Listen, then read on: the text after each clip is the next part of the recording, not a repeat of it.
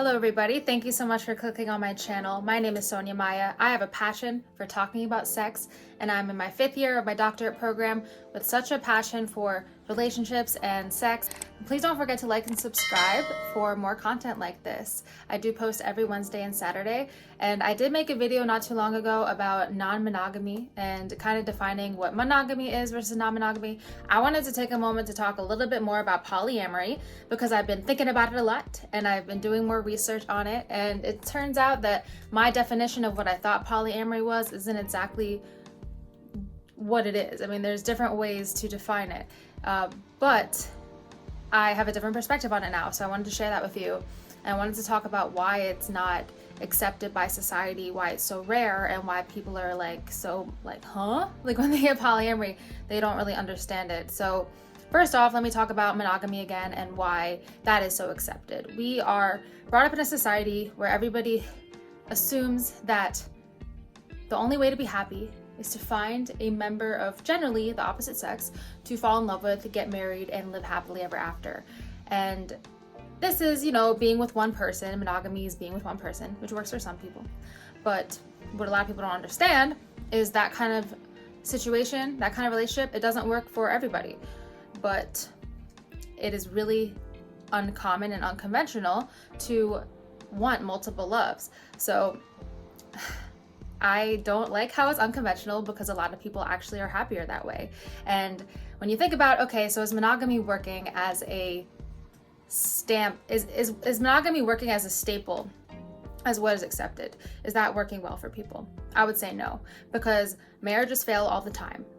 Half of marriages fail. And not only that, and 3 in 4 people experience some kind of betrayal, some kind of infidelity. So there has to be something going wrong here. People aren't being honest with each other. People are getting themselves into relationships because of the expectation of society to be with one person. And I feel like they're doing it more to appear normal and appear successful to other people, which has become more important than what they actually need on the inside. And people aren't being true to themselves because of the expectation of society to generally marry the opposite sex, which is messed up as well, and to be with one person because that's not works for everyone. And it's messed up. And we see it all the time in fairy tales. It's like this heterosexual monogamous thing, like in Cinderella.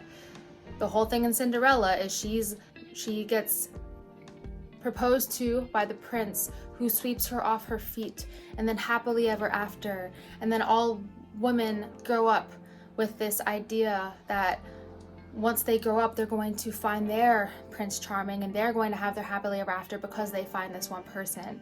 So we're just brainwashed into thinking that's the only option, but it's not. So let me just talk about the meaning of polyamory and why it can work for some people, why it could be healthy, and how to do it properly.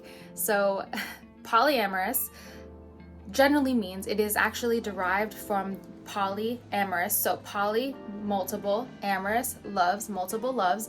And I used to kind of think that polyamory just meant that people that date multiple people in general, but like they don't ever actually commit to anybody and they kind of just like don't want to have that commitment. But that's not actually true. There's actually types of polyamory that are a little bit on the monogamy side. So what I mean by this is one type of polyamory is when there's 2 primaries. So a good way to think about this that makes sense is it's a couple that's basically monogamous, but sometimes they bring in an extra person to the relationship for intimate or sex, but they're still committed to each other, but they just have sex with another person because they both consented to it and talked about it and stated the rules and all of that. So think about like if you're like on a dating app, on Tinder for example, and you see a bunch of couples that are looking for a third for threesomes. That's generally what that is, but they're not bringing anybody else into the relationship. That's just like for sex. And then on the other hand, there's multiple primaries. This is throuples, which I love talking about because, it's like a 3-way couple, or it could even be more. It could be multiple primaries, meaning there could actually be like a group of people that are in a relationship. I think that gets a little complicated, but with a throuple example, that's polyamory because it is multiple loves and it fits in that category. But these 3 people, if they decide to and consent to it, they can all be kind of like in a monogamous kind of situation within the 3 people. So they're still not going around and just like fucking everybody who they're attracted to. they are still committed to one another and there's still rules and all of that, but it's not what a lot of people think polyamory is. And a lot of people also think that like polyamorous people like want to have sex with everyone. Just like the stupid misconception that if someone's a lesbian that like she's going to be attracted to if you're a woman. Like, not all straight people are attracted to the opposite sex, you know, or the same people say that about gay people too. It's just like stupid misconceptions.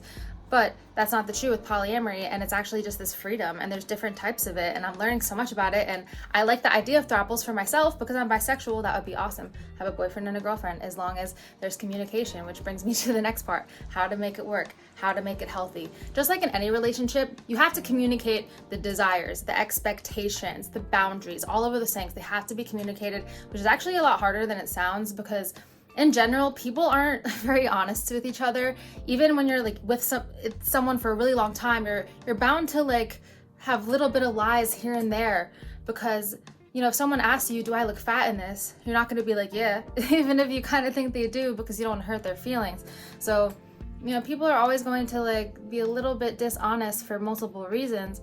But the only thing that is fucked up in a polyamory relationship or any relationship at all, the only way you can really mess it up, and there can be those issues that people talk about with jealousy and whatnot, if there's a sense of betrayal, if you break that, because everyone that's involved in the throuple, for example, everyone has to be on the same page. And if there's ever any sense of betrayal, one person feels left out and the other two are doing something behind the other person's back, that is when there's an issue. And of course there might be negative emotions like jealousy, but as long as everybody is on the same page and comfortable talking to each other about those things that come up and is able to work through it, then that's healthy. There's nothing wrong with that. And that's generally what people fear with that kind of relationship. Like, oh, what if one person is upset that the other person might be giving the other person too much attention? Like, just talk it out. In that kind of situation where there is that kind of transparency, that could work for families, for long-term relationships. Of course, it's unconventional. Of course, there's not a lot of people that do it because of what I said earlier about monogamy being like the gold standard, but that doesn't mean it's not possible as long as you value each other, and you have to care about and the well-being of both of the people or all of the people that you're in this relationship with, and you have to be okay with your lovers enjoying each other. And that might not always involve you in every single scenario, but effective communication will get you through it. I believe it. And, you know, like Dr. Ruth, like I've said in my last video on non-monogamy, she's kind of old-fashioned, even though I agree with a lot of what she says about sex education and all of that. I do not agree with her perspective on non-monogamy at all, because I could definitely see it working, and that would be awesome for me.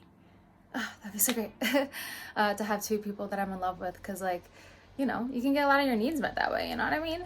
The 4 steps for improving communication, I'll put the TED Talk down where I heard this because this is great. Identify what you want and need. Be able to communicate what you need with both partners, with all the partners involved. Listen open-mindedly to others and clarify boundaries. All of those things, and that's going to be helpful for any relationship, but especially multiple ones, because, you know, multiple problems could happen in any situation.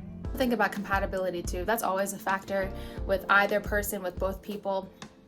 Like, is what they're doing with their life in line with yours, or is it getting in the way of your ambitions? That's important. It can't get in the way of your ambitions, and you have to be able to think about the long term. Be in a long-term relationship and thinking about family with these people or this person. And you also have to get past the fact that, like, yeah, of course, people are going to have questions. People might doubt it. Be like, how is that going to last? There's no way that that could work. But fuck society, fuck their opinions. You have the power to be with whoever or whomever, multiple people that you want to be with, and society can't stop you from your happiness. It just can't. And you might find that you want 2 people at once, or 3 or 4 or 5, whatever. You might find that, and just because it ain't traditional doesn't mean it's not for you, you know? So please let me know what you think about this in the comments below. Polyamory is very interesting and it can go many ways, but of course the most important thing is transparency and consent. Those are the 2 things that are like, you got that, and things can be really beautiful, things can be really great, and yeah, I'll be pretty happy if that works out for me, I would say. Thank you so much. Please don't forget to like and subscribe and turn on bell notifications. I post twice a week, Wednesdays and Saturdays. I love you so much. Thank you to the pages on my Patreon. I'm going to put them on the screen right now. Practice safe sex and be kind to each other.